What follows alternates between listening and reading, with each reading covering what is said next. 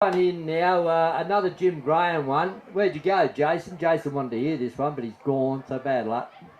This is a Jim Graham one. Now, I've only just learnt this one. It's a great poem. I found it in the book called Wide Skies by Jim Graham, and it's a tribute to Henry Lawson. Now, you've got to remember that Graham and Lawson, they went walkabout together. They met when Graham was 18 and Lawson was 25, all right? And they walked the Burke to wherever they went to, Hewan and Boulia and all those places. But anyway, when in 1916, Lawson got sent to Leeton to once again dry out. But Jim Graham knew that Lawson liked to drink.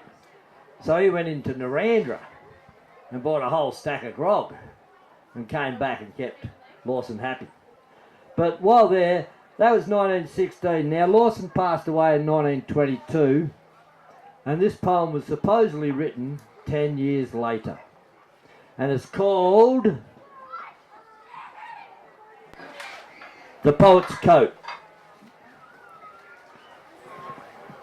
I've brought it out from the lumber room, where it hung on a rusty hook.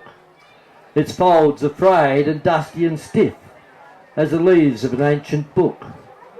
It's been a treasure for 10 long years, shoddy and cheap and mean. It was bought when the poet's purse was light and the poet's years were lean. The cuffs are ragged, the collar grimed, the elbows are threadbare worn. The pockets hang with their mouths agape, with the edges tattered and torn. Its colour is known as pepper and salt, a ready-made kind of a sack that's cut from a style that's out of date, with a little slit at the back. One lone black button hangs by a thread. 'Twas often he buttoned it tight to cover the rents in a worn-out shirt when the wind blew cold in the night.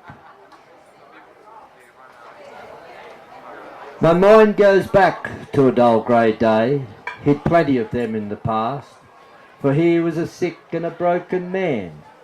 It was then that he wore it last. To the gaping pockets I slipped my hand. 'Twas seldom that they yielded cash. A fine bone stud and a broken nib lay buried in dust and ash. In the left breast pocket, enfolded neat, there's a bill for a load of wood. Ah me, though he paid us all in kind, he'd have paid in cash if he could.